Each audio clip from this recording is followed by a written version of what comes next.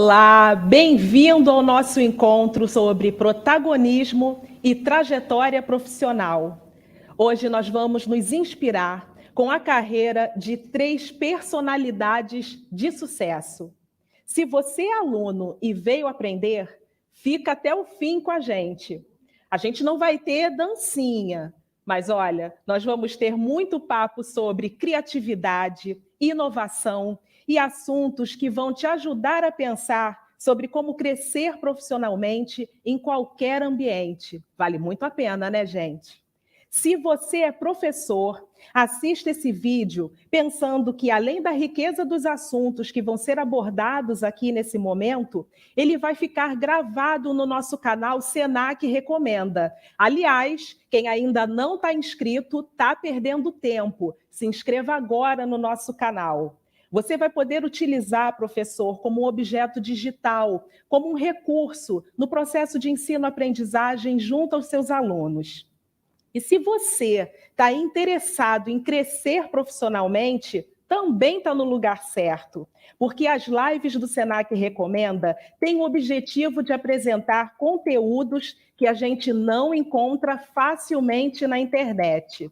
Sabe aquele comportamento clássico que a gente tem, que é assim, eu não sei muito bem sobre isso, vou pesquisar? Pois bem, quando os assuntos são novos, nem sempre a gente tem certeza que está assistindo um material de qualidade na internet.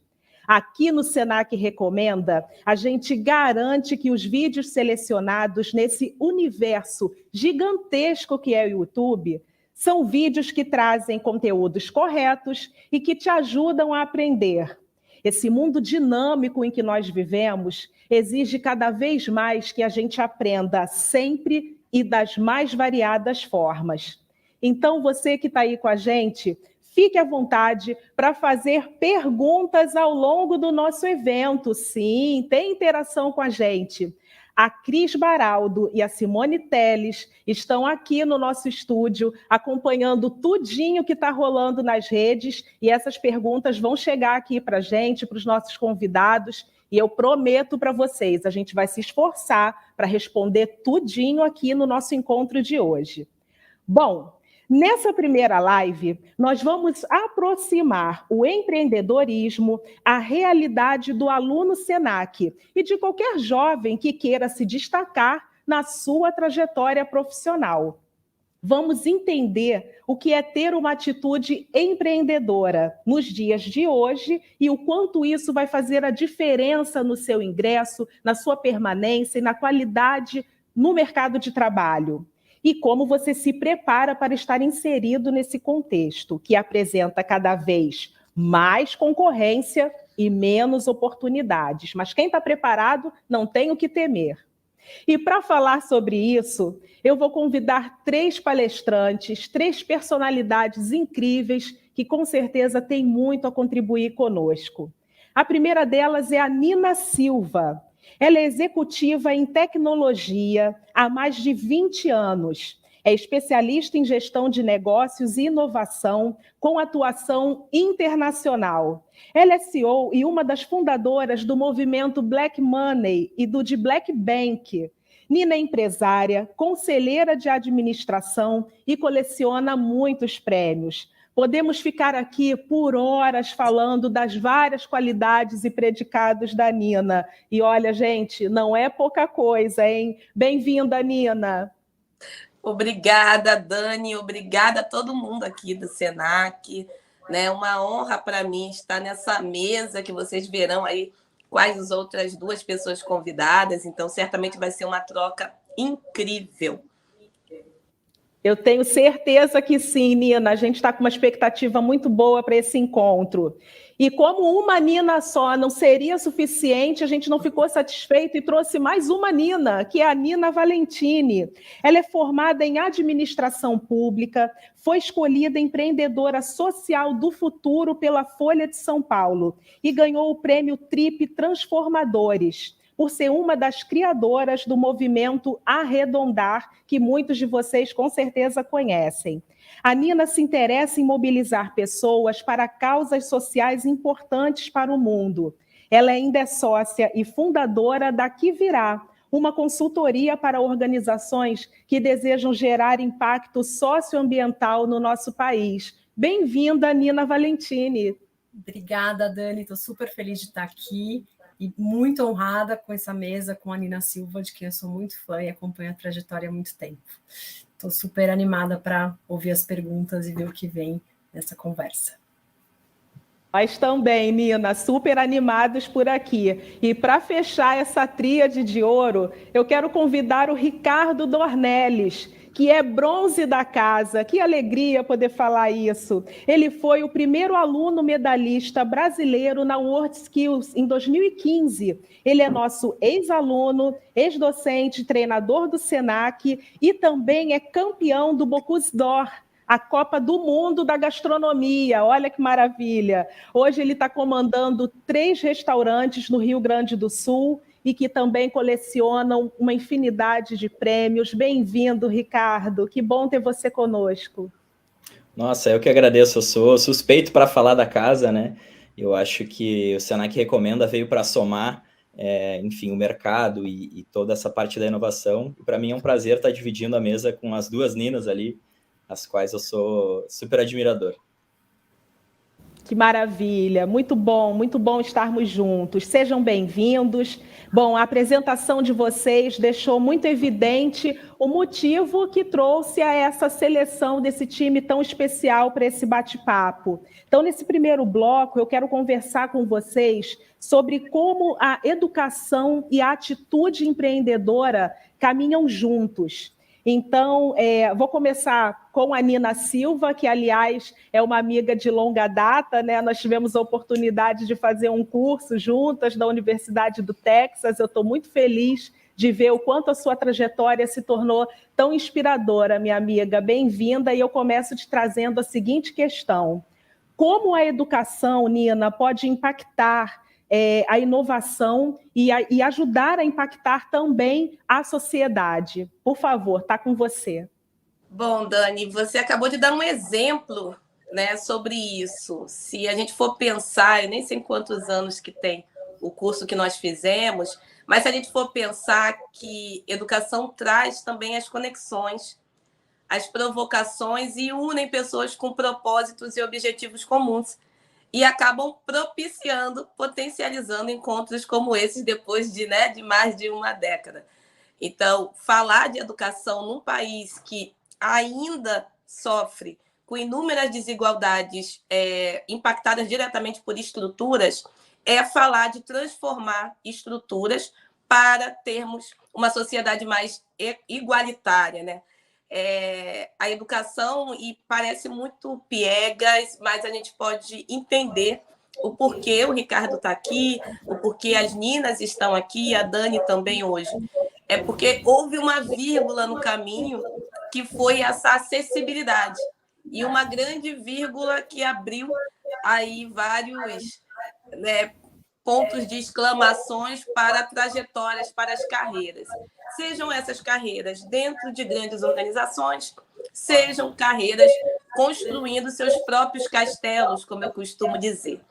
Então, eu venho de uma família tradicionalíssima brasileira, família preta, família pobre e criada em espaços favelizados, sou filha de quilombola, sou filha de soteropolitano, então eu venho desse lugar que ainda é o lugar dos primeiros, né? Da primeira geração a entrar numa faculdade, a primeira geração a falar numa segunda, terceira língua estrangeira, a primeira geração a viajar para o exterior, a morar no exterior. E a educação só foi possível por causa do processo de inclusão de educação formal que eu tive. Ou seja, eu me tornei uma exceção da regra, né? A exceção que legitima a regra, uma vez que a minha mãe só teve ali a oportunidade de ir até a 4ª série do antigo ensino fundamental. O meu pai completou o 2º grau, o antigo 2º grau, na época que a minha irmã estava no 2º grau. Então, e acabou não tendo possibilidade de mobilidade social por não ter cursado um ensino superior que naquela época era pré-requisito para ótimas oportunidades. Então, uma vez que a gente vem desse lugar, que já é um lugar, enquanto se nasce uma pessoa preta, enquanto se nasce uma mulher no país, que já é um lugar que nos colocam como um lugar de não inserção em espaços de liderança dentro das empresas, um lugar de não inserção no mercado com oportunidades que sejam oportunidades competitivas de mercado, e não somente oportunidades de sobrevivência, de subsistência. Então, a educação ela é aquela grande base que vai simplesmente transformar a possibilidade da nossa sociedade de fazer diálogos, aí sim, mais plurais, mais diversos, diálogos mais inovadores. Porque não existe inovação sem pluralidade, não existe inovação sem pessoas diversas no mesmo ambiente. E se as nossas escolas, as nossas instituições educacionais não forem lugares com essa pluralidade, seja no corpo discente, seja no corpo docente, a gente não vai chegar em uma sociedade realmente inovadora, em cidades realmente smarts, né, inteligentes, como a gente fala, e nessa nova era que muita gente acha que estamos extremamente avançados por conta de uma crise sanitária como a pandemia, mas, pelo contrário, estamos correndo atrás de um gap, né, de aceleração digital que a nossa sociedade brasileira vive por conta da falta de inclusão e inserção na transformação digital. Então, educação é tudo para que a gente comece a falar, comece a dialogar e, minimamente, tenha mais Danis, mais Ninas, mais Ricardos em todos os espaços. Sim, minha querida, eu tenho certeza que muitas pessoas que estão nos acompanhando nesse momento se conectaram a esse teu relato, super importante.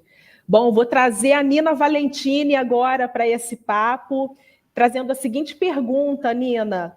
Qual a importância da educação empreendedora e da gestão de negócios para ser um profissional capaz de gerar também transformação social? Eu acho que esse é o teu métier, né? E você vai poder contribuir muito conosco. Por favor. Bom, Dani, eu concordo super com a Nina Silva, né? A educação empreendedora é super importante. E pela experiência que a gente teve no Arredondar, de acompanhar organizações de impacto e empreendedores sociais que montaram essas organizações, o que a gente via acontecer é que muitas vezes esse empreendedor, ele começava querendo resolver um problema pelo seu ativismo. Então, eu quero resolver uma situação aqui desse contexto, né? Esse grupo de crianças que precisa de um acolhimento, um serviço de acolhimento, por exemplo, ou, enfim, inúmeras causas que a gente sabe que precisam de algum tipo de apoio. E aí, a partir do momento que esse empreendedor se engaja, ele começa a ver que para ele construir um impacto maior e ter escala, não adianta ele só fazer um ativismo dentro daquelas limitações, ele precisa construir uma organização.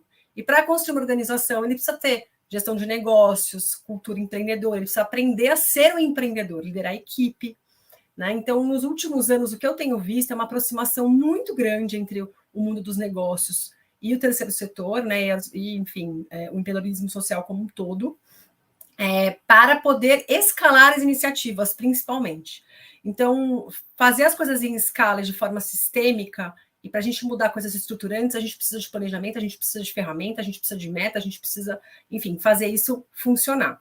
Não adianta ficar só na teoria, né? Tem que testar. Então, o que eu tenho visto também é que as iniciativas têm tido mais apoiadores e possibilidades de testar coisas novas. Acho que a gente vai falar um pouco depois de metaverso, tem algumas coisas que estão acontecendo, coisas muito legais, mas também esse mundo das startups tem trazido novos contornos e possibilidades, exemplos, para que a gente possa, dentro das iniciativas sociais, inovar. Né? E inovar, que eu falo, com gestão, né? Inovar com ferramental. O que eu tenho percebido é que, para os empreendedores, um dos grandes desafios ainda é a questão da escala, porque na área social a gente tem uma limitação de recurso. Então, o Brasil ainda é um país que tem uma cultura de doação muito pequena, então você precisa ser muito criativo na forma de levantar recursos para poder inovar e mostrar que esse recurso, de fato, faz diferença na ponta, né? Muda a vida de pessoas. Então, pela minha experiência dos últimos anos, eu acho que a gestão do negócio é o pulo do gato, que vários empreendedores estão sempre se formando, estudando, os melhores que eu conheço estão sempre antenados e tentando trazer novas ferramentas, e que eles perseveram nas ferramentas, né? Porque também, às vezes, o que a gente vê é que comecei com uma coisa aqui, ali eu parei e fui para outra ferramenta. Não. Eu fiz um planejamento, eu estou seguindo o planejamento, eu estou testando, estou ajustando a rota. Então, eu tenho visto um dinamismo nessa área, porque a gente, claro, está sendo bombardeado com conteúdo e informação, então tem um desafio dos empreendedores sempre estarem se formando e se atualizando, mas tem um desafio dos empreendedores estarem entendendo que o papel deles não é só de ativistas, mas também de gestores, né? Então, é nesse lugar que as iniciativas de maior escala têm crescido no Brasil, sem dúvida nenhuma. Trouxe elementos muito importantes, né, sair para além desse lugar do ativismo, né, algo que realmente precisa ser pensado por todos nós. Bom, Ricardo, junte-se a nós aqui, a esse time, e temos aqui pergunta para você também, meu amigo. Você que foi um aluno de destaque, né, na trajetória aqui dentro do Senac, tornou-se um competidor de sucesso e a gente tem muito orgulho disso. Hoje você está à frente da operação de 3 restaurantes no Rio Grande do Sul. O que você identifica, Ricardo, no seu comportamento e na sua atitude que te levou a trilhar esse caminho que é notoriamente de muito êxito? Conta pra gente o segredo, Ricardo. Não tem segredo nenhum. Acho que a fala das meninas ali foi super contundente nesse sentido, né? Elas não estão aqui por acaso. Eu acho que para quem não sabe onde quer chegar, qualquer lugar serve, né? Então esse eu acho que é a grande diferencial, né? Eu falo com bastante jovens, né? Toda segunda-feira eu abro uma caixinha de perguntas nas minhas redes ali, onde eles tiram algumas dúvidas e eu sempre entro na mesma conclusão, assim, que 90% dos jovens e 90% dos estudantes, eles não sabem onde é que eles querem ir, né? E esse eu acho que foi o grande diferencial. Eu sempre, independente, né, das oportunidades que eu tinha ao meu redor, né, eu sempre fui uma pessoa que sabia onde eu queria ir, né, por mais que a gente sempre tem que adaptar aí 80% do que vai acontecendo no caminho, né, eu sempre queria chegar no lugar que eu tô hoje, né. Esses dias eu até brinquei com isso, assim. Eu falei, cara, tô muito cansado e o que é que me faz, né, o que me motiva a continuar, né. E eu falei, cara, o Ricardo de 8 anos atrás queria estar agora, queria estar com a agenda lotada, queria estar cheio de evento, queria estar com equipes grandes e reuniões e coisas acontecendo, né, e cardápios trocando. Então esse eu acho que foi o grande lance, assim, né. Por mais que eu não tivesse as ferramentas que eu tenho hoje, que eu tive que ir atrás, né, para chegar onde eu tô, eu sabia que eu queria chegar em algum lugar, né. Então isso a gente está falando aí há 14 anos atrás, né, quando eu comecei a cozinha, era um ambiente que nessa época ainda quem ditava a gastronomia nacional, né, quem estava ali nos 10 melhores ou quem se dava bem na gastronomia, sempre eram pessoas que tinham ido para a Europa ou tinha pegado experiência fora, né, e isso não era a minha realidade, né, eu comecei a trabalhar com 16 anos, né, ninguém na minha família também era cozinheiro, ninguém cozinhava mesmo, de verdade, só que com isso foi despertando, né, essa vontade de virar cozinheiro, ser um dia chefe de cozinha e ter um dia o meu negócio, e as oportunidades começaram a vir porque eu comecei a buscar elas, né. Então o Senac aí foi minha grande casa, né, com 16 anos eu fiz o menor aprendiz, fui direto para o mercado de trabalho, e com isso veio a oportunidade das competições, que era uma oportunidade maravilhosa, assim, de aprender, né, e receber uma bolsa ainda, conseguir medir isso de forma assertiva, né, se tu estava indo bem ou não. Então foi onde eu me desenvolvi bastante, mas sempre, em qualquer parte, assim, da minha carreira até hoje, eu sei onde é que eu quero chegar. Agora, inclusive, eu estou passando por uma fase, né, na empresa que eu estou de expansão, né, e eu abri o meu restaurante com capital próprio, eu não tinha capital nenhum, não tive nenhum investidor. E o que acontece é que eu consegui ir atrás de alguma forma com habilidades que eu tive que desenvolver, como habilidade social, como rede de contatos, né, que a Nina acabou de comentar também, e com isso, né, com o que eu tinha ao meu redor, eu consegui, do jeito que dava, transformar aquilo em realidade, né, de que nada adianta a gente saber a teoria e não conseguir realizar. Então esse eu acho que é o grande diferencial, né, eu acho que a gente precisa saber onde quer chegar primeiro, para depois traçar esse rumo, o que eu preciso aprender nesse meio do caminho, o que eu tenho ao meu redor, o que eu vou precisar para conseguir chegar no lugar que a gente deseja. Maravilha, Ricardo, estabelecer metas, né? Se a gente puder sintetizar aí um segredo, estabelecer metas, ter foco. Muito obrigada pelas contribuições. Nina Silva, volta aqui com a gente, Nina. Vamos continuar falando de empreendedorismo, né? Essa palavra que está tão em voga, mas que talvez a gente não saiba muito bem dimensionar tudo que está contido, né, no conceito de empreender. Nina, como sair do empreendedorismo da sobrevivência para o empreendedorismo inovador e disruptivo? Estou falando com uma mulher que é disruptiva, né? E eu sei que você tem muito a dizer sobre isso. Bom, Dani, infelizmente, dentro desse aspecto nosso de empreender no Brasil, a gente vê muito fortemente o empreendedorismo de subsistência por conta do não acesso ao mercado de trabalho, o alto índice aí de desemprego, as questões das desigualdades salariais. Então, a gente vê cada vez mais mulheres empreendendo.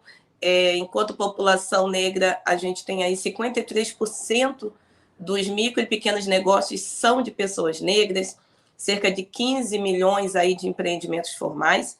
Só que quando a gente vai olhar os números desses empreendimentos, são poucos, né?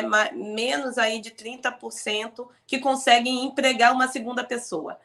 Então, é empreendimento ou é apenas formalização de um profissional informal?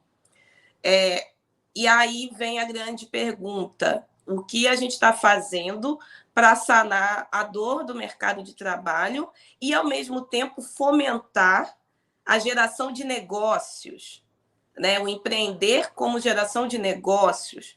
O que nós estamos fazendo, não só enquanto governo, mas enquanto também pessoas na sociedade civil, investindo em negócios que realmente estejam ali trabalhando pesquisa e inovação. Infelizmente, nas últimas décadas, a gente teve aí um decréscimo de investimento em pesquisa e inovação no país. Então, um país que não investe em educação, nem em pesquisa científica, que não investe nos seus alunos, alunas no exterior e também na pesquisa realizada nas nossas melhores e ótimas universidades, que nós temos, sim, aqui em território nacional também, fica fadado a um lugar de não fomento à criatividade, não fomento às relações e parcerias, e o não fomento sobre criar a partir, sim, da necessidade, mas gerando mais oportunidade. Então, quando a gente olha para o lugar das startups, principalmente para os hackathons, para até mesmo quem está sendo investido por órgãos como o BNDES, infelizmente, a gente não vê essa maioria populacional que empreende. Essas mulheres não estão sendo investidas, essas pessoas negras não estão sendo investidas, porque acabam precisando da sua própria comunidade, dos seus pares, para fazer um incremento nos seus negócios. E, infelizmente, a gente acaba sendo restrita a utilizar as ferramentas que estão às mãos. Então, quando a gente fala hoje de aceleração digital, por exemplo, muita gente acha que vender no WhatsApp é aceleração digital, e não é. Muitos empreendimentos acham que já fizeram já estão inseridos na era digital porque abriram a loja no Instagram. E, infelizmente, não. A gente precisa criar uma mentalidade digital dentro dos nossos negócios para daí sim saber e entender que nós somos e podemos inovar também a partir do digital com os nossos empreendimentos. Então, essa pergunta em relação a empreender da necessidade da subsistência e poder crescer para a oportunidade precisa de vários recursos. como a própria Nina Valentini trouxe, né? O recurso do ferramental, das soluções e do pensamento gerencial, como o próprio... eu adorei que o Ricardo chamou a gente de menina, né? Um menino de 30 anos me chamando de menina, eu amei. E aí, como o próprio Ricardo trouxe, né, a questão do olhar e falar, poxa, eu tenho que planejar onde eu quero chegar, mas para isso eu preciso de recursos. Recursos financeiros, sim, e pouco se fala, muito se romantiza o lugar do empreendedorismo no Brasil, é só você ter um sonho, vai lá e faz que você consegue. Não, porque principalmente quem está empreendendo tem outras demandas no dia a dia e muitas vezes está empreendendo sozinho, sozinha, ou está empreendendo no seio familiar. Então, a gente precisa, sim, pensar em empreender e ter minimamente um fôlego. Como que a gente desenha, o que a gente precisa, qual é o meu objetivo, como que eu vou medir o sucesso do meu negócio, quais são as ferramentas hoje que, a partir do digital, eu consigo chegar no maior número de pessoas. Não consigo pagar um influenciador digital, mas eu consigo fazer permuta e trabalhar com micro, nano influenciadores sem explorar a mão de obra dessas pessoas. Como que eu faço isso? Quais são as ferramentas premium que também tem ferramentas ali free, que são gratuitas no primeiro momento? Como que eu posso utilizar isso? Mas, para isso, eu preciso de acesso. E esse acesso é, sim, sobre instituições do Sistema S, sobre empresas como o próprio Movimento Black Money, que acabam dando acesso, muitas das vezes até gratuito, a essas ferramentas e soluções que vão gerar minimamente essa mentalidade do empreender a partir de uma oportunidade. Empreender a partir do seu lugar de diferenciação. Empreender a partir do seu lugar de redes. Então, para sair da subsistência e chegar na oportunidade, é necessário sair do romantismo do empreendedorismo e colocar os pés no chão e entender o que o meu negócio precisa para chegar minimamente numa escala. Preciso escalar. Mas se hoje eu só fico até a curva da sobrevivência, eu não tenho negócio. Eu tenho simplesmente um sonho que me ajuda na sobrevivência. Então, como que eu saio desse lugar e eu vou para um platô de estabilidade para poder criar uma curva aí, um ramp-up, uma curva de crescimento para a escala? É necessário dar acesso à educação, é necessário dar acesso a ferramentas, e essas ferramentas estão baseadas, sim, em gestão, em tecnologias, que envolve tecnologia digital, tecnologias exponenciais, mas também tecnologia social, que são as nossas redes, que nos auxiliam a partir, né, dessa estruturação, desse investimento intracomunidade e entre ecossistemas, para daí a gente começar a falar de um lugar de empreender com crescimento, de um lugar de empreender com competição, por que não, de um lugar de empreender com lucratividade e expansão. Irretocável, Nina, né? E a educação como esse grande fio condutor, né? Nesse processo de ter acessos, né? O acesso ao conhecimento, acesso às possibilidades. Muito obrigada pela contribuição. Você mencionou a Nina Valentini aí na sua fala, e eu convido então a Nina Valentini a voltar aqui a esse nosso bate-papo. Nina, por meio da tecnologia, vocês conseguiram criar uma plataforma que é sensacional. Eu adorei ter pesquisado sobre isso para conhecer um pouco mais da sua história. Parabéns pela iniciativa, que é uma plataforma para incentivar as microdoações no varejo. Você era bem jovem quando se juntou ao Ari Weinfeld para criar esse modelo, né, tão inovador para doações. Quais os aspectos da sua trajetória pessoal que te levaram a esse empreendedorismo social e a conseguir gerar uma inovação, né, mesmo tão jovem, que criasse esse impacto em dimensão nacional? Conta aí para a gente como foi isso. Bom, Dani, eu tinha 23 anos quando o Ari me convidou. Foi uma experiência única, eu sou muito grata ao convite. Ele tinha tido essa ideia e falou, não sei se é possível, Eu não o conhecia, fui indicada por uma pessoa, porque estava no meio de uma transição, estava saindo de uma consultoria em gestão para governo. Agora, eu já vinha de uma trajetória de muito engajamento social. Eu comecei a ser voluntária muito nova, foi a experiência do voluntariado que me abriu as portas para conhecer um Brasil de verdade, não o Brasil que eu vivo aqui em São Paulo, no contexto que eu nasci só, mas assim, fui visitar projetos sociais desde os 14 anos, e é uma paixão que eu tenho esse mundo do impacto social. Então, essas viagens me abriram para esse país novo, né? Assim, um país que eu não conhecia.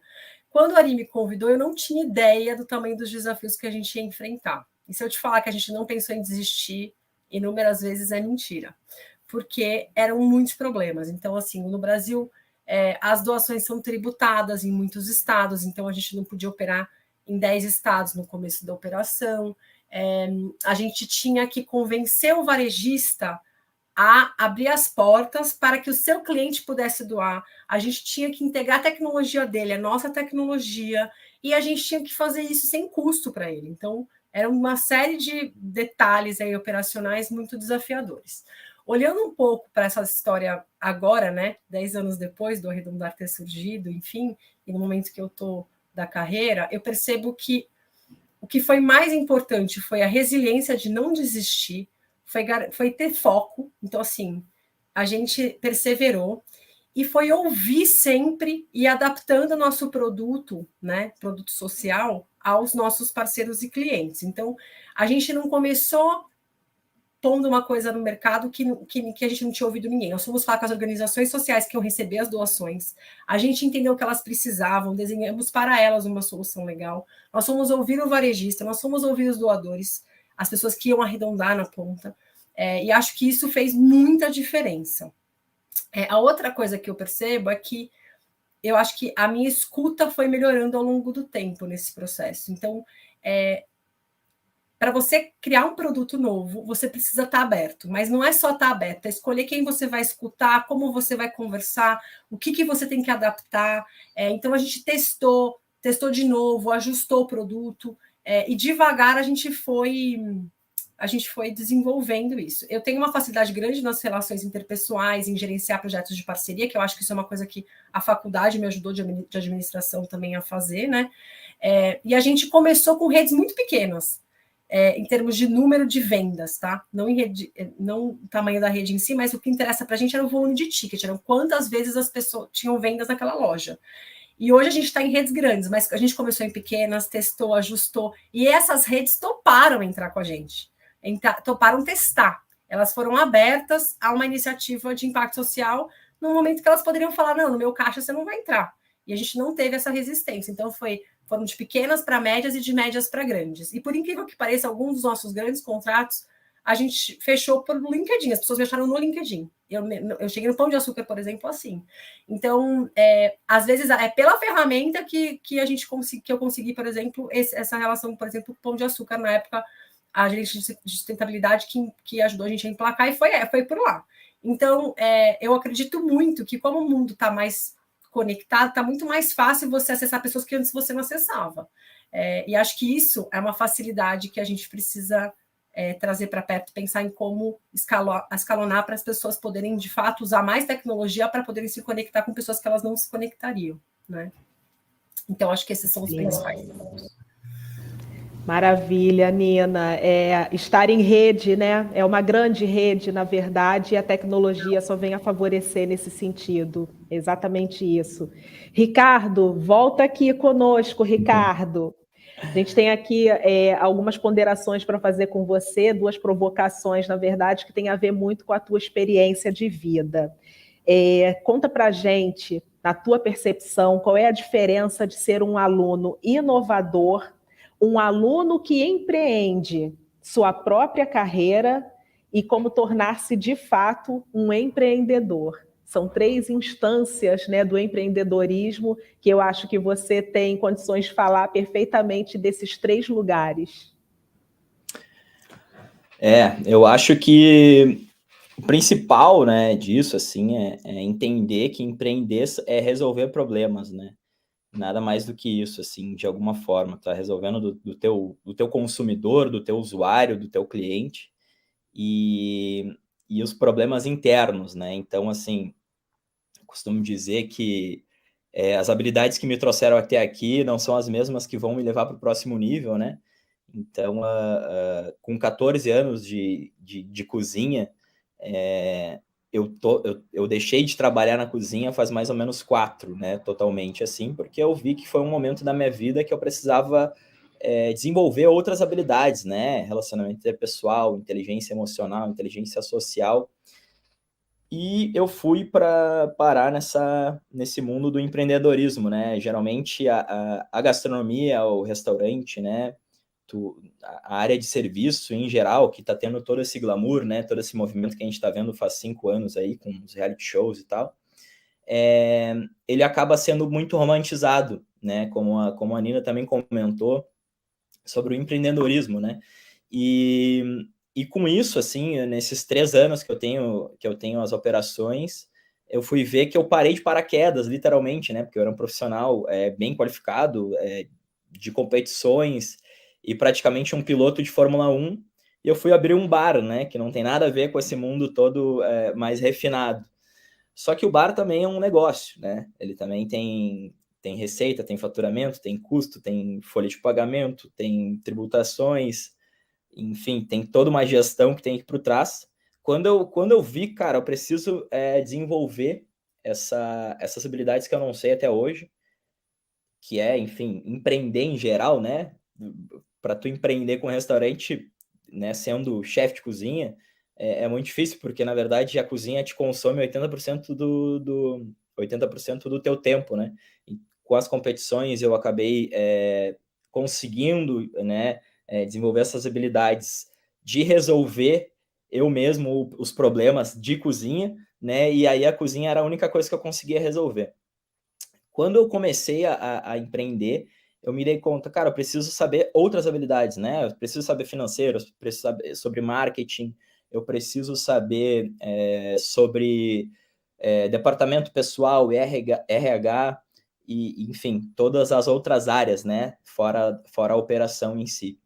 Então, eu acho que esse foi o grande diferencial, assim, né? Eu aprender a resolver esse tipo de problema, saber que eu tenho que me desenvolver outras habilidades, né, além da que eu já sabia, né, isso tudo foi com uma coisa que eu chamo de horas de qualidade, né. Hora de qualidade é aquela que está sempre aprendendo, né, o aprendizado, o conhecimento, ele é que nem um músculo. Tu não chega numa academia, vai levantar direto 20 quilos, não, tu levanta 2, depois tu levanta 4, depois tu vai gradativamente aumentando isso, e irritando o teu músculo, né, que é mais importante, tu vai estressando ele. Então, eu acho que todas as habilidades que eu aprendi até agora foi justamente isso. Eu fui estressando ela, fui aprendendo, né, aos pouquinhos, pouco a pouco, para conseguir chegar e me sentir seguro, né, de tomar algumas decisões importantes e conseguir resolver esses problemas que eu acho que é a vida do empreendedor, né. Falo que os exemplos, eles acabam ilustrando muito quando a gente está conversando, trocando experiência. Então, queria que você trouxesse também, Ricardo, um pouquinho desse relato pessoal de quais dificuldades você precisou ultrapassar, que você falou que empreender é sempre gerenciar, né, essa dificuldade. Então, queria que você compartilhasse com a gente algumas dessas dificuldades e como a sua formação contribuiu para que você pudesse superar essas dificuldades que apareceram aí ao longo da tua trajetória. Sim, eu abordo bastante, né? A minha cozinha, ela é conhecida por ser criativa, né?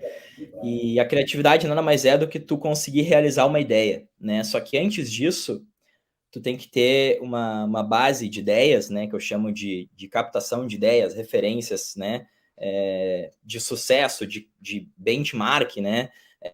Coisas que tu consegue correlacionar e depois disso tu tem que gerenciar ela, né? Então, até tu tornar realidade. Para mim, o mais difícil, eu acho, até agora, Dani, foi não ter referências de cases parecido com a minha história, de que que é pessoas que vieram com problema financeiro, com a Nina também agora, né, falando sobre isso, eu não tive educação financeira nenhuma, então até eu conseguir abrir o meu negócio, foi uma coisa que eu consegui um dinheiro do nada, e fui abrindo aos pouquinhos, e o que vinha no caixa eu reinvestia, né, até chegar hoje. Agora eu estou numa rodada de investimentos, né, essa semana, inclusive. Então, eu acho que o mais difícil, assim, a maior dificuldade foi realmente não ter um rastro de sucesso que eu vi, esse cara é parecido comigo, tem uma história parecida, existe esse caminho, né, que eu posso seguir. E esse eu acho que é o meu grande papel, né, hoje em dia, que é tentar inspirar esses jovens, né, tentar inspirar essa nova geração de cozinheiros e cozinheiras que acham que não podem ter seu próprio negócio, que acham que não podem empreender, justamente para deixar esse rastro, né? Cara, existe um caminho aqui, né? Eu consegui, então existe uma chance de tu conseguir, né? Então eu acho que esse foi uma das maiores dificuldades. E falando de realização, né? A gente não consegue realizar nada se a gente só consegue realizar aquilo que a gente já conhece, né? Quando tu pega uma ideia, tu vai captar uma ideia, né? Não tem como eu pensar agora, botar de meta, né? Botar de ideia, vou ir até a Lua, se eu não souber como ir para lá, né? Então acho que o mais importante é essa base de conhecimento, né? E eu costumo falar que eu tenho a base muito sólida, né? As pessoas veem, cara, como é que tu faz alguns preparos, alguns pratos que eu faço, né? Eu falo, cara, na verdade tu não tem que se apegar a esse ponto, tem que se apegar à tua base, tu tem que reforçar toda a tua base de conhecimento, né? Tu tem que ter horas de qualidade, de aprendizado, né? Então tu tem que saber as técnicas básicas, e isso eu acho que foi o grande diferencial da minha carreira, assim. Eu tenho uma base muito sólida, por causa do meu aprendizado, né? Enfim, com o Senac. Eu fui para o Senac, eu tinha 4 anos já de experiência, então eu já cozinhava, né? Só que lá eu comecei a dar nome e classificar, né, as técnicas e todo aquele conhecimento que eu tinha empírico antes, que eu não usava nada, não categorizava nada, não sabia, eu só colocava cebola, enfim. E eu fui aprendendo que colocar cebola com isso se chama refogar. E da refogar, tu pode transformar o refogado em tal coisa e tal. Então, essa base, se ela não existe, eu não consigo realizar nada depois disso, né? Então, e assim serve para depois, quando eu comecei a estudar sobre gestão, né? Sobre o financeiro, sobre fluxo de caixa, sobre o marketing, né? Então, se eu não tivesse toda a base de conhecimento de cada habilidade que eu fui me desenvolvendo, nada disso seria possível. Você falou muito sobre referência, né, de termos uma referência. Isso me remete ao conceito de representatividade, que é tão importante. E aí eu convido a Nina Silva a retornar aqui ao nosso papo, falando de representatividade. E aí, Nina, eu te faço a seguinte pergunta: como se tornar um intraempreendedor para inovar em qualquer ambiente, inclusive nos ambientes profissionais? Acho que você vai destrinchar primeiro para a gente o que é ser esse intraempreendedor, entender como isso se coloca na nossa vida, para além do profissional, mas também nele. Perfeito, Dani. Só para o pessoal entender, eu, antes de abrir a minha própria startup, eu já tinha 17 anos de carreira, né? Então, eu estou há 21 anos aí, trabalho desde da infância, mas aos 18 anos eu comecei no mercado corporativo e estou agora com 40 anos de idade, podendo falar que eu sempre fui empreendedora. Eu sempre empreendi. Seja na infância, quando a minha mãe vendia congelados, quentinhas, e eu auxiliava tanto no transporte, na entrega, quanto na venda, seja, né, depois dentro da Federal Fluminense e outros espaços de educação, tanto formais quanto mais informais. Eu sempre estive no lugar da inquietação, do provocativo. E aí, essa pergunta do intraempreendedorismo tem tudo a ver com a primeira pergunta que você me fez sobre educação. Quando a gente vê os espaços educacionais que provocam a gente a criação de projetos, e não simplesmente a pergunta e resposta no exame, é provocar esse lugar do empreender dentro de determinado contexto. Quando a gente vê, por exemplo, no final de um curso ou nos últimos semestres de um curso, solicitarem ali que você faça o seu TCC, que você faça um projeto final, esse projeto você está sendo indicado, está sendo estimulada a empreender sobre determinado problema, porque o empreendedor e a empreendedora são solucionadores de dores. Então, entendendo que empreender é solucionar uma dor, você pode solucionar uma dor a partir da sua autonomia, a partir do seu próprio negócio, como você pode, né, solucionar dores dentro do contexto que você estiver. Seja na faculdade, criando um projeto final de curso, seja dentro de uma grande empresa, de uma média empresa, ali tendo um desafio de um time. E você sendo essa pessoa que, a partir da provocação de um problema que o seu time possa ter, ou que o mercado que a empresa está inserida tenha, você trazer oportunidades, você trazer ideias que sejam aplicadas ao negócio.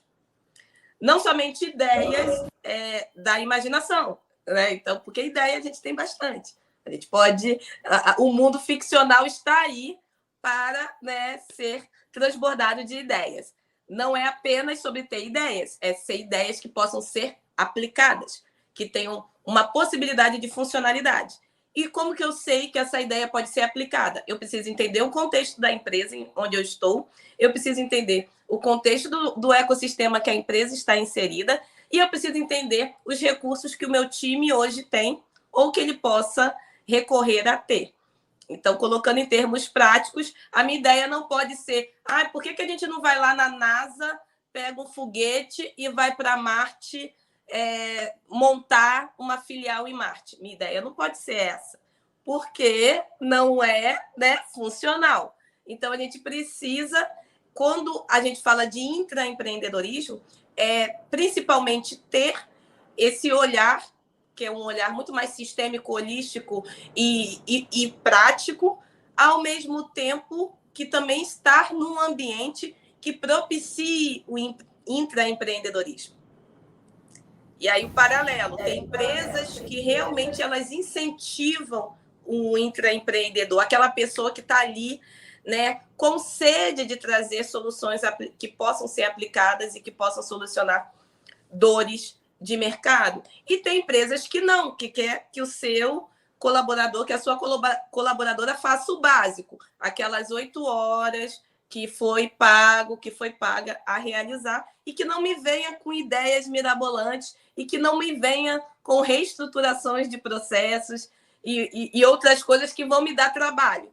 Sim, o empreendedorismo dá trabalho, dá muito trabalho, porque não é só pensar, é o suar da realização. Então, o intraempreendedorismo também dá trabalho.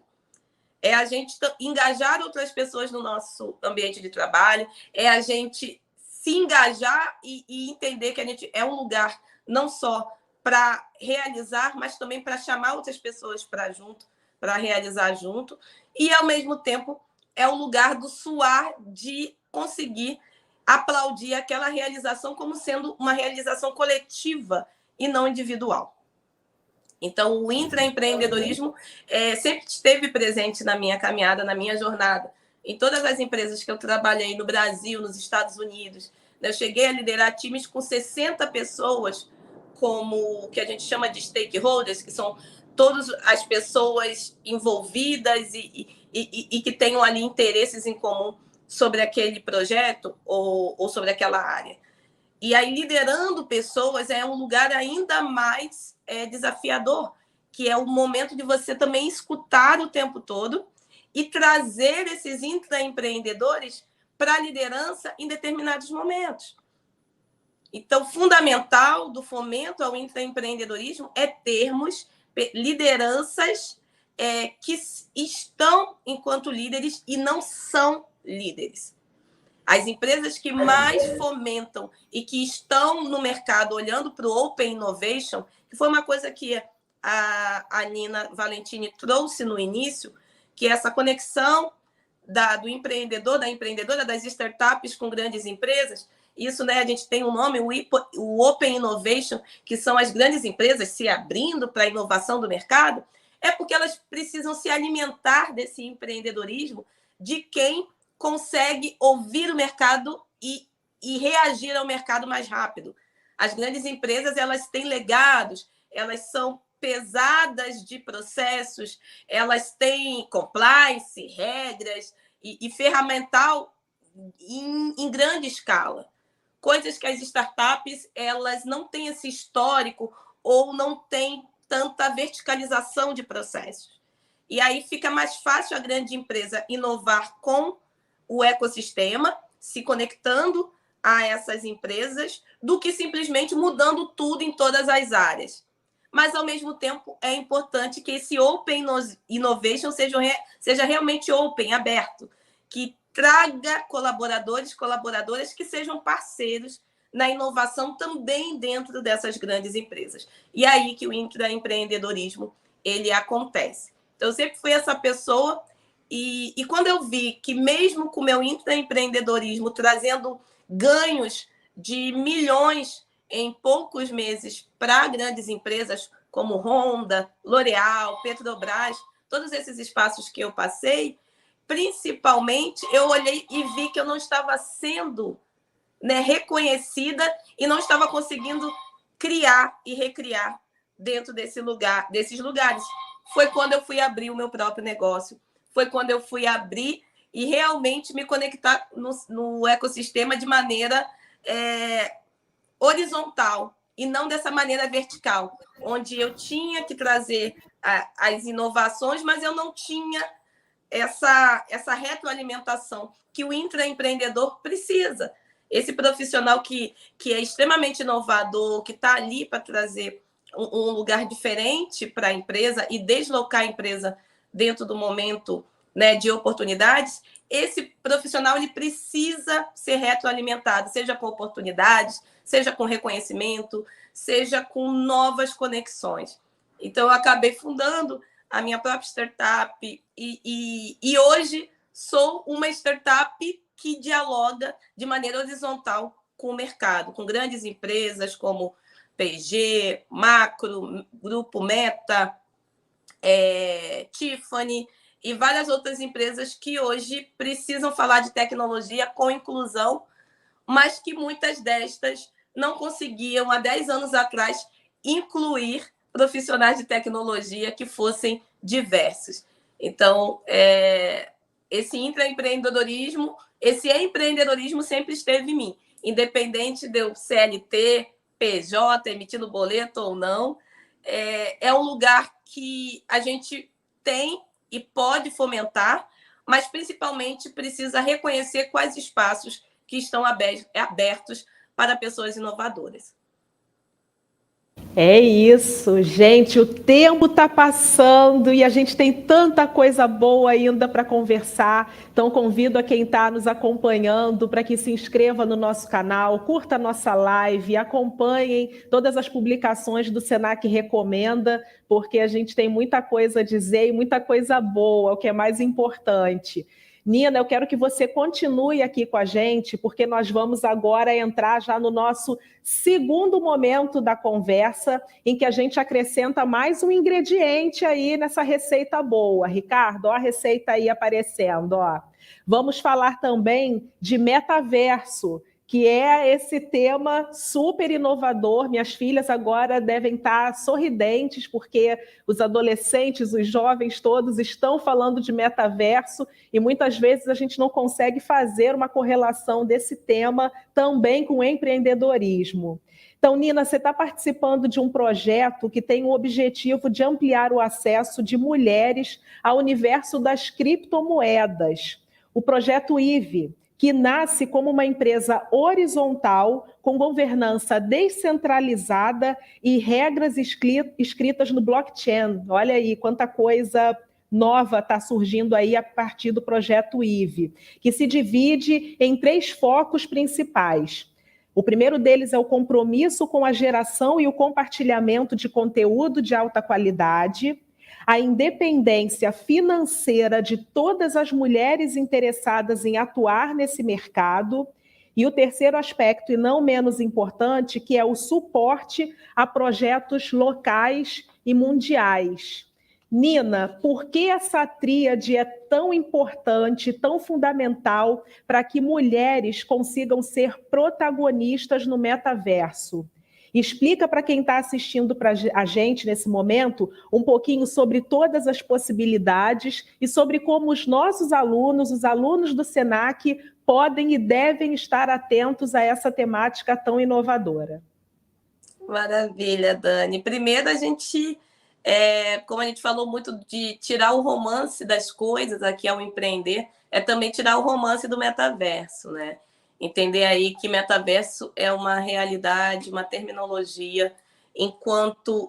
E aí meta, a gente já sabe que é objetivo, não é o Facebook, tá, gente? O Facebook só foi esperto de mudar o nome para Grupo Meta, porque viu que a possibilidade do metaverso seria a nova realidade aí de negócios.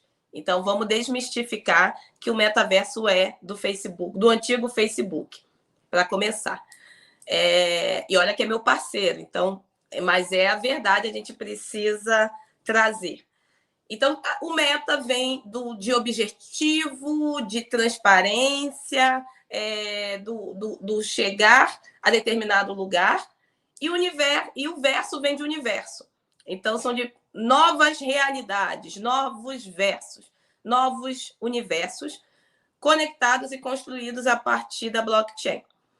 E aí, quando a gente pensa, né, nesses novos universos, a gente está falando de realidade virtual, realidade aumentada e a internet. Então, são novas realidades a partir de uma linha do tempo que nós já estamos vivenciando. Então, lembra lá no final do século passado, do século XX, onde nós tivemos ali a criação da internet? Ali nós tínhamos a Web 1.0, que ela nem saberia que era ela só se chamava Web, que era tudo que era www. Então, tudo que começa www, essa web estática de conteúdo, de muita informação que nós visitávamos, né? Que nós, ao invés de ter que continuar indo à biblioteca, a gente começou a visitar, a jogar no Google, a jogar nos browsers. Aí é a primeira geração da web. A segunda geração da web, a Web 2, ela vem com as interações digitais. Então, as redes sociais, a gente criando vídeos, a gente trazendo conteúdo, se articulando, se conectando. Daí a Web 2, ela é esse lugar de conexão, mas ainda parece que não há uma integração. A Web 3, ela vem para integrar. E aí o metaverso ele está conectado diretamente à Web 3, que é onde nós começamos a ser donos e donas dos nossos produtos. E aí produtos, conteúdos, produtos, serviços, experiências que a gente pode trazer para o mundo digital, para o mundo virtual, rentabilizar e se comunicar com a comunidade que nós estamos inseridos e inseridas.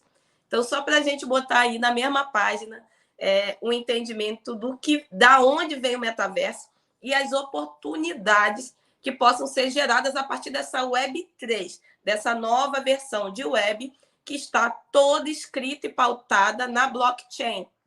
Que aí a gente depois faz um outro papo só para falar de blockchain. Mas que é um lugar que nos traz transparência, é um lugar onde as comunidades estão integradas. E o que são essas comunidades? São grupos, pessoas que têm objetivos comuns. Então, por isso a IVE vem desse lugar de comunidade de mulheres que cansaram de olhar para o empreendedorismo e ver que as mulheres não têm investimento de venture capitals, de fundos de investimentos e que precisam umas às outras se apoiar.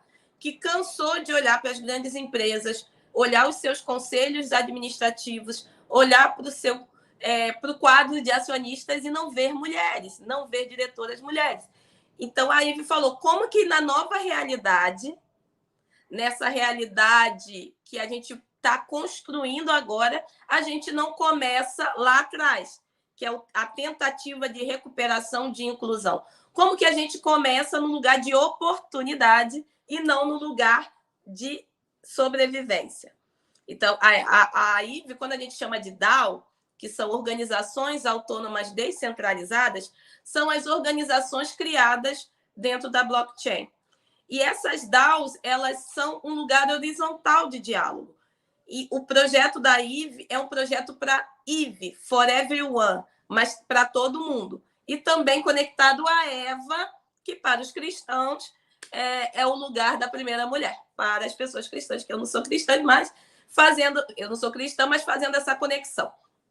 E aí, quando a gente olha para um grupo de mulheres, somos 10 mulheres, cada uma especializada numa área. A gente tem Paula Lima, cantora. A gente tem a Kim, que é manager Brasil do TikTok. A gente tem a Ana Laura, que é especialista em finanças.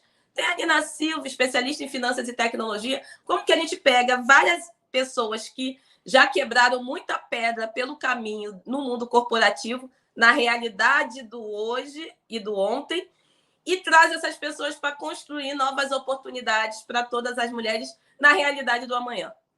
Então, a IVE tem o compromisso de trazer especialistas de mercados para falar com todas as pessoas, principalmente com protagonismo feminino, onde mulheres artistas, mulheres intraempreendedoras nas suas empresas ou em grandes empresas possam oferecer seus serviços, possam oferecer os seus produtos na realidade virtual. E nós temos a tecnologia, nós temos, né, o trabalho de criptografia na blockchain para realizar isso. Mas, principalmente, nós queremos movimentar uma comunidade de mulheres para entender o que é blockchain, o que é Web3, quais são as oportunidades de emprego, de novas carreiras nesse universo. A famosa engenharia de software, como vai ser com o blockchain? Como que o Big Data se conecta com a blockchain, uma vez que os dados são transparentes. Então, a gente quer trazer a democratização, não só do assunto, mas do acesso, para que não só mulheres estejam ali vendendo suas obras, seus produtos, seus serviços, mas principalmente entrando no mercado como financiadoras, como investidoras, entendendo, tendo educação financeira, entendendo o que são NFTs, que essas NFTs são criptoativos e esses criptoativos podem ser investidos por mulheres, mas terem também um investimento de toda a sociedade em obras femininas.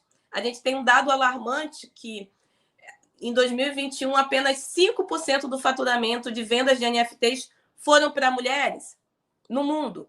Então, a gente não quer começar numa nova realidade já com desigualdade. É o momento de trazer o protagonismo, né, de pessoas diversas, de grupos subrepresentados, que são maiorias, para esse lugar não somente de ser consumidor, mas principalmente da ponta ali do empreender, do fomentar negócios e de aproveitar oportunidades em rede. E a grande questão da Web3 é isso, trabalharmos já com o conceito de comunidade, a comunidade sendo o valor, a riqueza das conexões dentro da blockchain.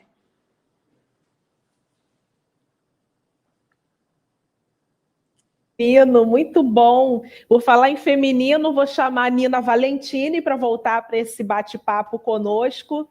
Nina, falando de metaverso, você acredita que o empreendedorismo social também tem espaço no metaverso? A Nina Silva falou uma coisa agora, Dani, que eu adorei, que é sobre essa questão da comunidade, né, de ter mais gente dentro. Eu acho que o empreendedorismo social tem espaço em todos os mercados, inclusive um dos livros que me inspirou muito, enfim, nos últimos anos da minha carreira, chama Forces for Good, né, Forças para o Bem, que fala das práticas das melhores ONGs do mundo. E uma das práticas que eles falam é alinhar mecanismos de mercado para gerar escala. O Arredondar faz isso, né? Ele coloca dentro de uma operação de varejo a opção de você doar. Mas tem outras inúmeras iniciativas que fazem. O metaverso, para mim, é um novo mundo, né? Assim como para muitos de nós. E o que eu entendo é que as organizações vão entrar e vão utilizar esse metaverso para se aproximar de novos públicos, alavancar doações, e já estão fazendo isso. Aqui no Brasil, o Girando Falcões, do Edu Lira, né, lançou um jogo no Roblox, né? Então é uma iniciativa que já tá, enfim, no ar. Aqui no Brasil, uma das primeiras. A gente tem outras iniciativas pelo mundo, e eu entendo que isso vai acontecer muito. O que eu acho que uma grande oportunidade é como esse universo das causas e de mobilizar as pessoas vai se utilizar do metaverso para isso. Então, a gente tem uma possibilidade de mobilizar as pessoas para causas novas, para trazer mais gente para perto, para falar de temas que a gente tem dificuldade de falar, e o metaverso pode ser um canal bem bacana nessa frente. É nisso que eu aposto. Ainda estou tentando tatear e ver o que tem de possibilidade, né? Porque é um tema bastante novo. Um dos maiores desafios para entrar nessas organizações é quem vai investir, aportar, para que elas possam fazer esse investimento inicial, né? Ou seja, você tem que ter algum doador, alguma empresa parceira, alguém que ajude a viabilizar esses projetos. Por quê? Estou dizendo isso? Porque realmente é um investimento alto para você apostar numa coisa completamente nova, né? E as organizações, em geral, têm pouco capital de risco, né? As organizações sociais e ambientais. Então, eu acho que esse é um dos desafios que elas vão enfrentar para essa entrada inicial. Mas, tendo isso, eu acho que a gente vai viver aí uns 10 anos de muita coisa nova, e um mundo que as organizações vão poder se aproximar mais das pessoas através do metaverso.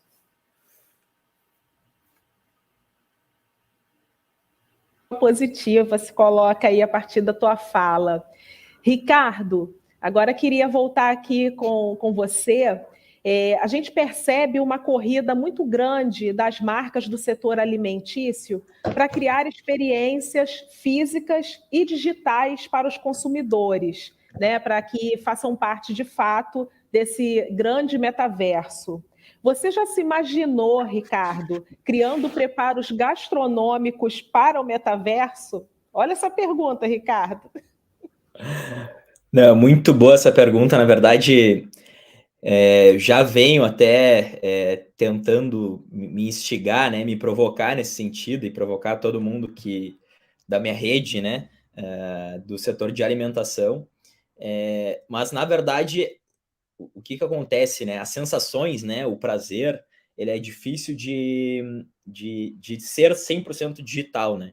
Então, o que acontece realmente com o Phygital, que a gente consegue pegar uma parte desse mercado, né? Eu tenho uma operação que ela é uma operação, eu chamo de operação, ela é uma loja digital, né?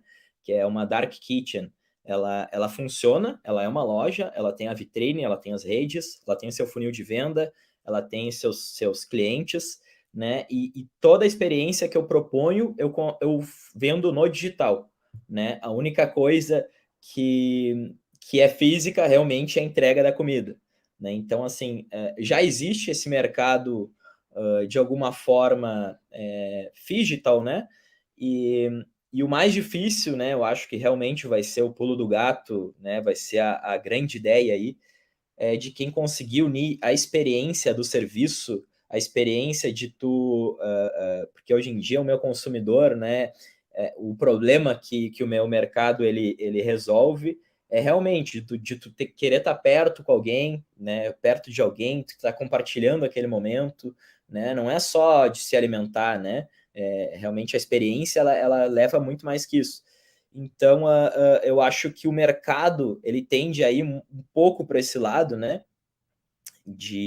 Mais da logística, assim, né? Dessa realidade que tu pode ter de comprar um produto e, bom, tô vendo de onde é que ele vem, tô vendo o produtor, né? Tô vendo toda a cadeia que ele tá... E consumir ele no final, né? Isso, os restaurantes do mundo inteiro, eles tentam fazer isso, né? Os grandes restaurantes que são mais conceituais, né, das grandes listas aí do mundo, eles são farm to table, né, que chama, que é da horta à mesa, né? Então tu vai almoçar ou tu vai jantar no restaurante e tu tá vendo o produto assim na janela, né? Tu tá vendo o produto do teu prato, o ingrediente, ele tá lá na horta ainda. Então, e com isso é 1%, né, do mercado, não chega a nem 1% do mercado, e com isso eu acho que tem de ir para esse caminho, assim, de onde é que está vindo, como é que é feito, né? Toda a parte educacional, assim, do consumidor até chegar à consumação, né? E o que eu vendo, né? A experiência que eu vendo é praticamente um entretenimento. É como tu ir no cinema, né? Tu vai lá enfim, para ver uma história inteira. E isso a gente consegue vender, né? A gente só não consegue ainda como é que tu vai comer, né, uma coisa que não existe, né? Então a gente esse eu acho que é o grande ponto, assim, quando a gente conseguir ter essa experiência, né, de logística, que eu acho que é o mais difícil, eu acho que vai ser o grande ponto. No meio da pandemia, né, a gente teve que inovar, a gente fez várias ações, muita coisa no meio da pandemia, e uma delas foi uma operação que eu fiz, que foi a primeira assinatura de comida, onde tu come a comida, né, ela é feita e tu come a comida num horário agendado, né? Então a gente tinha uma plataforma lá que a gente mandou fazer com o desenvolvedor, claro que era um MVP, assim, né, era um protótipo, e tu assinava, né, um valor, tu recebia uma marmita por semana ou duas, e a gente lançava um cardápio mensal, né? Então tu já agendava. Bom, eu vou estar no meu trabalho, que é tal endereço, tal horário na quarta-feira, e eu quero esse prato aqui, né? Então a gente tirava um relatório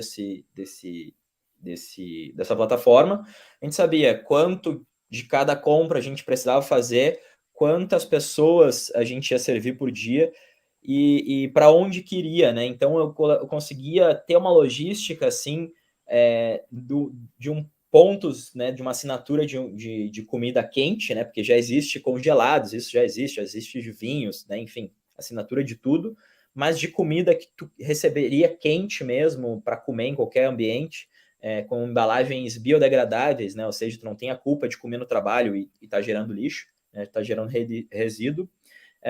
A gente foi o primeiro, né, eu assim, do Brasil eu tenho certeza, né, não, em nenhum lugar do mundo eu tinha visto também isso. Né? Isso foi uma solução que veio através da habilidade que eu aprendi depois de ver o mercado digital, né? E isso foi por causa da necessidade também, né? Então a gente conseguiu ter uma receita recorrente previsível ali todo mês, que ajudava a gente a pagar praticamente aí todos os nossos custos fixos para conseguir recuperar isso depois da pandemia. Eu acho que esse mercado ele tende a ir muito para esse lado, né? Tanto é que muitas marcas de gastronomia, marcas, né, que eu quando eu me refiro a restaurantes, fecharam para vender, para ir mais para ter uma cara de indústria, né? Porque eles viram produtos chaves deles e começaram a produzir grande escala e fazer venda a partir de funil de vendas online, né? E começou a dar super certo isso e eles migraram para esse mundo, assim. Mas eu acho que é mais ou menos isso. Eu já tenho algumas ideias aqui, né, de como poderia fazer isso, assim, de repente ter cursos aí online, onde a realidade, o aluno está dentro comigo, dentro, né, da sala junto comigo, e ele recebe em casa todo o kit, como é que é feito, né, enfim, para ter essa sensação realmente para ele ver de perto como é que é feito, né, ter o contato comigo, poder, enfim, algumas ideias aí elas estão como uma nuvem, assim, né, perambulando o mercado e principalmente a minha cabeça, assim, mas nada de muito, nada de nítido, assim, demais, tudo meio turbulento ainda. Nossa, se turbulento tá assim, imagina quando ficar nítido demais, né? Vai ser maravilhoso.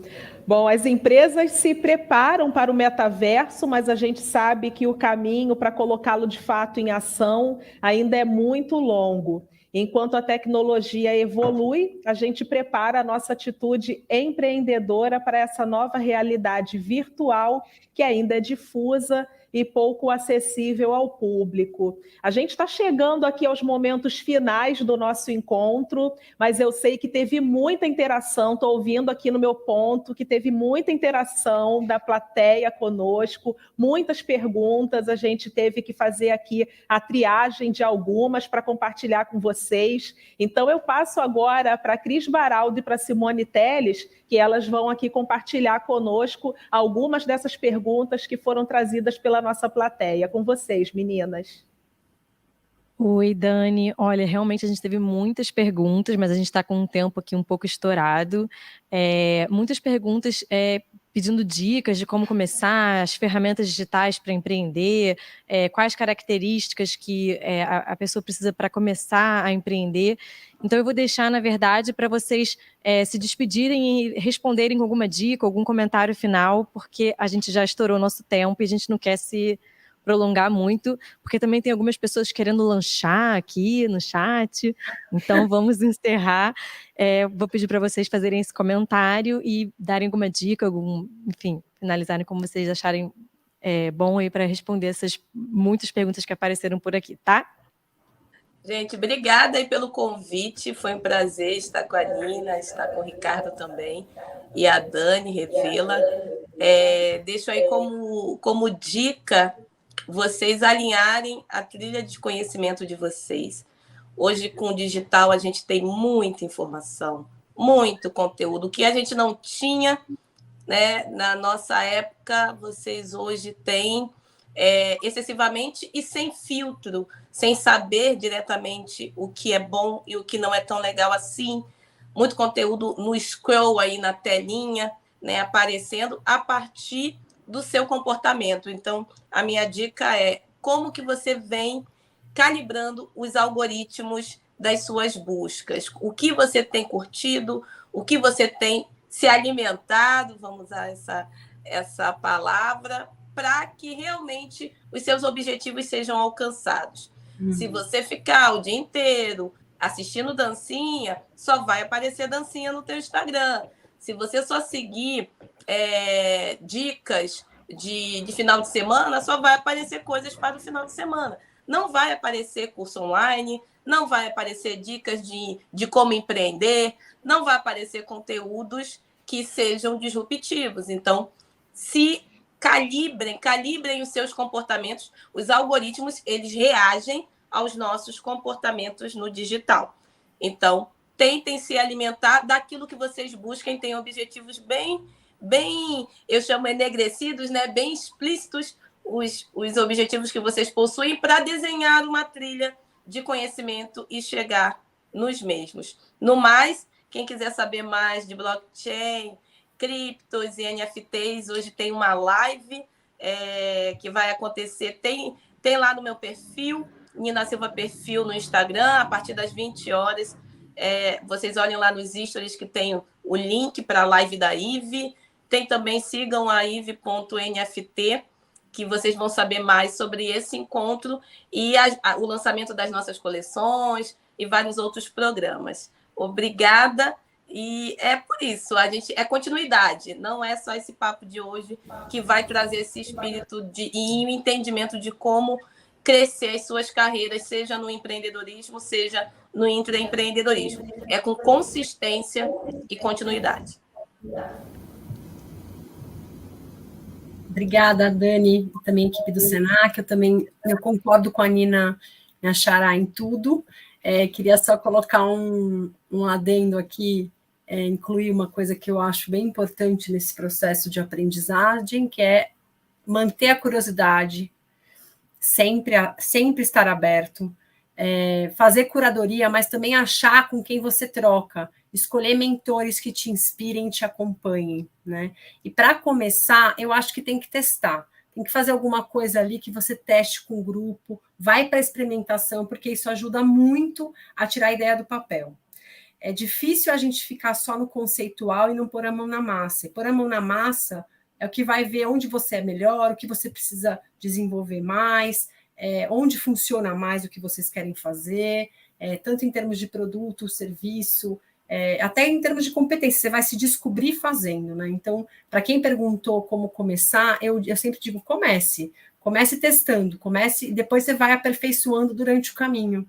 Gostei muito de ouvi-los, gostei muito de conhecer o Ricardo também, parabéns, Ricardo, pela sua trajetória, e estou à disposição, o que eu puder, enfim, trocar com vocês, fiquei muito, muito impressionada aí com o Ive, quero saber mais, Nina, vou te escrever, um super abraço e boa sorte para todos os estudantes que estão aí empenhados em começar uma carreira empreendedora. Bom, então, as gurias foram sensacionais, né? E eu tenho o costume, menina, de falar meninas mesmo, né? Mas é um jeito carinhoso aí de me referir a vocês. O que eu acho importante, assim, né? Como a Valentine comentou ali, o de testar, né? Porque, na verdade, qualquer crescimento e desenvolvimento, ele é muito doloroso, né? Imagino que as meninas, elas devem ter escutado muitos mais nãos que eu, né, devem ter se frustrado muito mais que eu, né, pela experiência que elas têm, mais noites mal dormidas do que eu. Então, eu acho que o que a Nina Valentini acabou de comentar, eu acho que é crucial, assim, começar, né, pegar... no começo da minha carreira, né, uma coisa que o meu irmão, que é o meu grande... a minha figura paterna, né, que foi a pessoa que me criou, assim, ele me falou que era assim, cara, eu estava começando o curso de menor aprendiz, né, enfim, não tinha para cozinha, comecei de auxiliar administrativo, e ele falou, cara, se tu tá no naufrágio, tu não vai querer ir direto pra praia, tu vai querer só sobreviver ali, tu vai querer boiar, né, então te agarra alguma oportunidade que tu tem, começa ela, e depois tu vai ver onde é que tu quer, como é que tu vai fazer para chegar lá e tal. E eu acho que esse é o grande ponto, assim, começar fazendo, né, e principalmente ter essa visão, né, eu tô me agarrando a qualquer pedaço de madeira agora para boiar aqui e para conseguir respirar, mas a minha visão, ela tá na praia, né, ela tá lá na areia, que é o lugar que eu quero chegar. Eu acho que esse aqui é o grande lance. E complementando o que a Nina Silva comentou sobre a trilha de conhecimento, né, hoje em dia, se tu for prestar atenção em tudo, todas as coisas que tá no teu dia a dia, tu vai precisar dormir 18 horas, né? Tem até um estudo que fala sobre isso.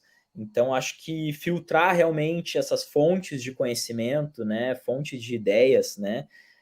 Eu acho que é super crucial. Eu dou uma dica no meu Instagram sempre para abastecer, né? Essa fonte de conhecimento, que é sem ter tanta distração, né? Que é realmente ter dois perfis, né? De ter um pessoal e um só para conhecimento. Então, no conhecimento, geralmente eu sigo aí as 5 ou 10 melhores pessoas aí de cada mercado, e eu uso isso como se fosse um jornal diário, né, de conhecimento. Então, eu sei o que está acontecendo, eu sei as práticas dessas pessoas, né, e o sucesso, ele deixa rastro, né, então, uma pessoa que conseguiu fazer, ela, com certeza, ela vai deixar um caminho, né, de como que é feito. Então, isso me ajuda bastante. Eu acho que essas são as principais dicas aí que eu poderia dar, enfim. E a mensagem, muito obrigado, viu, meninas? Muito obrigado, Senac, pela essa oportunidade. Obrigado a todo mundo também que está esse horário nos assistindo, e foi um prazer. Prazer todo nosso, e assim nós nos despedimos de vocês, agradecendo imensamente a Nina Silva, a Nina Valentini, ao Ricardo Dornelles pela participação, pelo enriquecimento a esse nosso debate. Nós agradecemos também ao SESC, nosso parceiro na realização dessa primeira live, mas agradecemos, acima de tudo, a você que está aí do outro lado nos acompanhando, prestigiando, aprendendo, mas mais do que isso, hein? Você também vai compartilhar e vai curtir o nosso canal. Quem não sabia, agora está sabendo que a gente tem o Senac Recomenda, essa plataforma tão importante e que vai contribuir com toda certeza na sua vida. Eu deixo aqui o meu beijo para vocês, um abraço e até a próxima. Tchau, tchau!